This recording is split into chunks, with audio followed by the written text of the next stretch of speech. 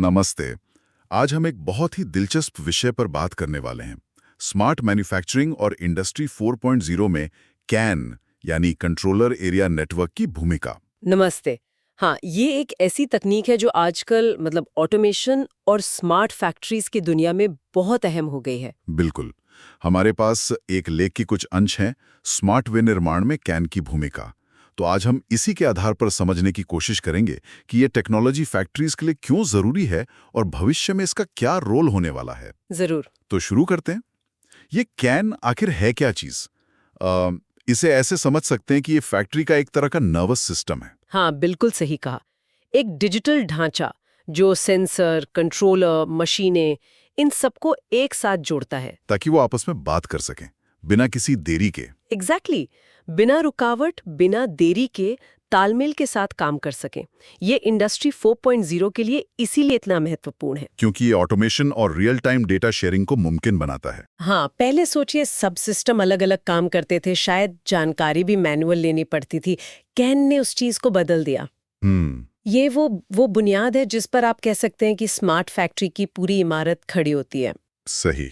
जैसे लेख में एक उदाहरण भी था, शायद ऑटोमोबाइल प्लांट का।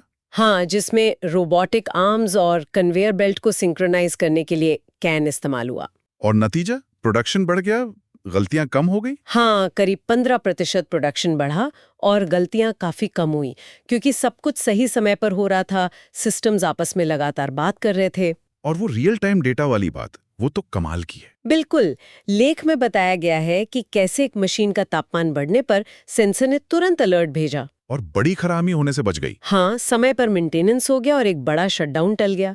ये रियल टाइम डेटा मैनेजर्स के लिए सोने की खान जैसा है। वो न सिर्फ देख सकते हैं कि अभी क्या चल रहा है, बल्कि आगे का अनुमान भी लगा सकते हैं। अच्छा, जैसे एक कंपनी ने वाइब्रेशन पैटर्न मॉनिटर करने के लिए कैन यूज किया। ओके। और वो हफ्तों पहले बता सकते थे कि कब कोई पुर्जा खराब होने वाला है। उनका अनप्लान डाउन टाइम लगभग 25% कम हो गया। वाह, ये तो जबरदस्त है। और ये सिर्फ अभी के फायदे नहीं है, आप कह रहे थे कि स्केलेबल भी है। हाँ, ये इसकी एक बड़ी ताकत है। जैसे जैसे फैक्ट्री बढ़ती है, आप आसानी से नई मशीनें, नए सेंसर जोड़ सकते हैं बिना पूरे सिस्टम को बदले। हाँ, मौजूदा नेटवर्क में ही। ये बहुत फ्लेक्सिबल है। ये तो बहुत जरूरी बात है। अच्छा, आप क्वालिटी कंट्रोल पर आते हैं। लेख में इसके बारे में क्या कहा गया है? कैन कैसे मदद करता है? लेख में जिक्र है कि प्रोडक्शन के दौरान ही, जैसे प्रेशर है, टॉर्क है या कोई डायमेंशन है, इन सबको कैन लगातार मॉनिटर कर सकता है। राइट। अगर कोई गड़बड़ होती है, कोई रीडिंग लिमिट से बाहर जाती है, तो वह सिस्टम तुरंत एक्शन ले सकता है।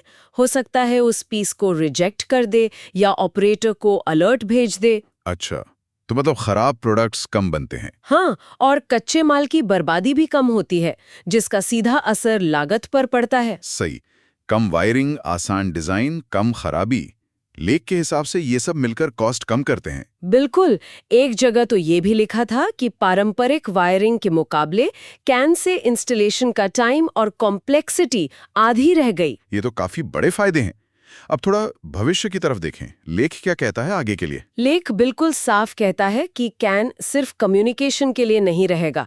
असली पोटेंशियल तब अनलॉक होगा जब एआई, आईओटी, बिग डेटा, ये सब इसके साथ जुड़ेंगे। अच्छा, वो कैसे? देखिए, कैन वो पाइपलाइन बनेगा जो मशीनों और सेंसर से ढेर सारा डेटा इकट्ठा करके एआई तक पहुंचाएगा। तो हम ऐसी स्मार्ट फैक्ट्रीज की उम्मीद कर सकते हैं जो सिर्फ ऑटोमेटिक नहीं बल्कि इंटेलिजेंट होंगी, खुद सीखेंगी, खुद को बेहतर बनाएंगी। प्रिडिक्टिव एनालिटिक्स, खुद ही मेंटेनेंस बता देना। हाँ, प्रिडिक्टिव मेंटेनेंस या फिर प्रोडक्शन प्रोसेस को रियल टाइम में ऑप्टिमाइज करना, एनर्जी बचाने के लिए या क्वालिटी बेहतर करने के लिए, ये इंटेलिजेंट ऑटोमेशन है।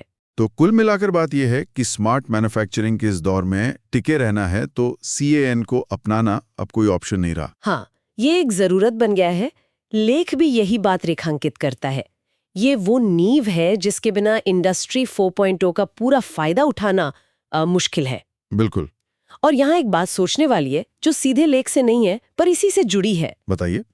लेख ने कैड और कैम के इंटीग्रेशन का जिक्र किया था, है ना? हाँ, कंप्यूटर एडेड डिजाइन और मैन्युफैक्चरिंग। तो सवाल ये है कि क्या हम कैन का इस्तेमाल करके कैड में किए गए डिजाइन चेंज को लगभग तुरंत कैम यानी प्रोडक्शन फ्लोर पर मशीन सेटिंग्स में बदल सकते हैं।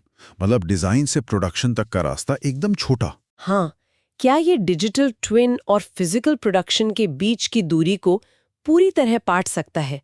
सोचिए, इससे प्रोटोटाइपिंग और कस्टमाइजेशन में कितनी बड़ी क्रांति आ सकती है।